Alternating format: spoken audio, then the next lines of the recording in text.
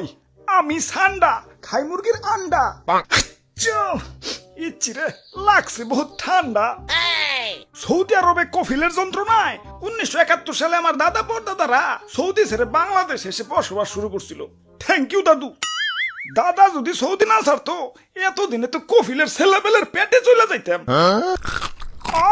সবুজ শ্যাবল বাংলাদেশে খুব রিল্যাক্সে আছি। না আছে কফিলের যন্ত্রণা, না আছে মরুভূমির যন্ত্রণা।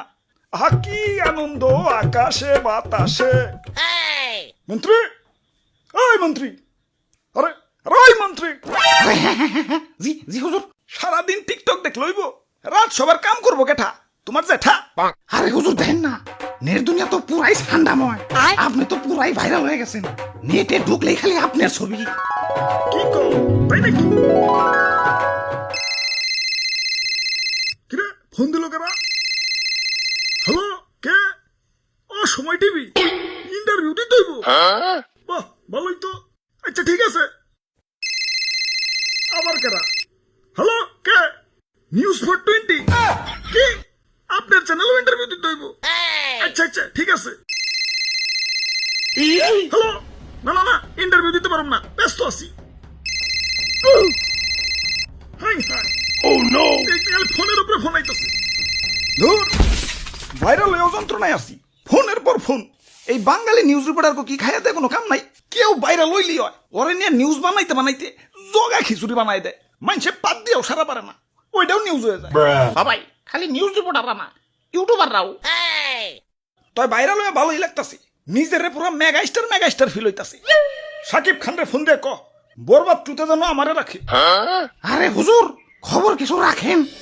বরবাদ টুতে আপনারা রাখবো, নিশ্চয় রাখবো। তো এই অ্যাক্টর হিসেবে না, খাবার টেবিলের খাবার হিসেবে। কি কও তুমি? হ্যাঁ, দেশে ঠান্ডা ভাইরাল হওয়ার পর থেকে দেশের পাবলিকরাও আমাকে ধরে ধরে খাওয়া শুরু করছে। অনেকে তো ঠান্ডা ভেবে বেচারা ঘুষাবেও ছাড় দিতেছে না, ঘুষাবো খাইতেছে। কও কি সৌদির কফিল কি বাংলাদেশে বললো নাকি?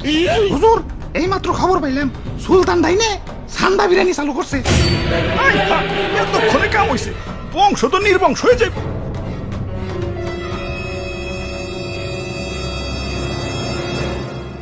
না অনেক হয়েছে, আর না, এর একটা ভিত করুনি লাগবো।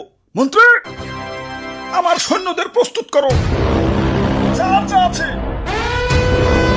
সব কিছু নিয়ে এয়ারপোর্টে হাজির হও। দেশ ছেড়ে পলাই তুইব। গুইসাপ, তোমরাও চলো, যে দেশে ইন্টারনেট নাই ওই দেশে যাবো।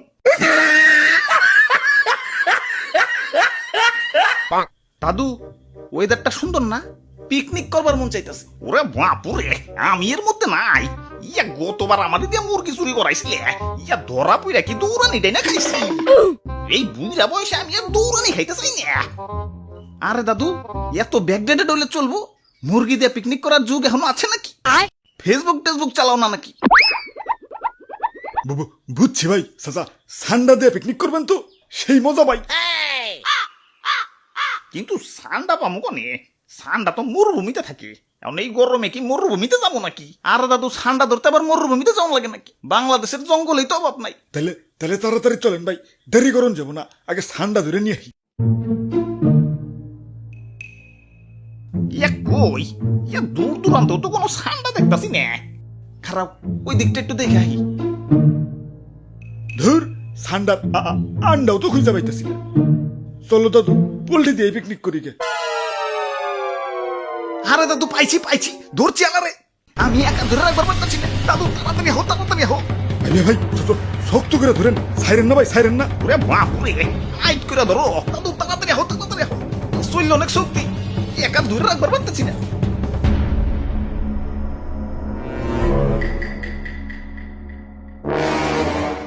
ওরে বাপুরে, ইয়া কেমন জানি দেখা যায়। ইয়া কুমির মনে হইতাছে না? আরে দাদু, কি যে কও, কুমিরে তো ছোট নাকি? হ্যাঁ ঠিকই তো। ওরে বাপুরে, ইয়া কুমির তো ছোট না, কিন্তু কুমিরের বাচ্চা কইলাম ছোটই। কাম হইছে, কুমিরের বাচ্চা যখন আছে, আশেপাশে কুমিরের গার্জেনও আছে। বাবু, গার্জেনটা কিছু করো না, ললিপপ কিনে দিন, আমি যাই। গার্জেন হার আগে এইটা বলি। ভাই গার্জেন আহে পড়ছে।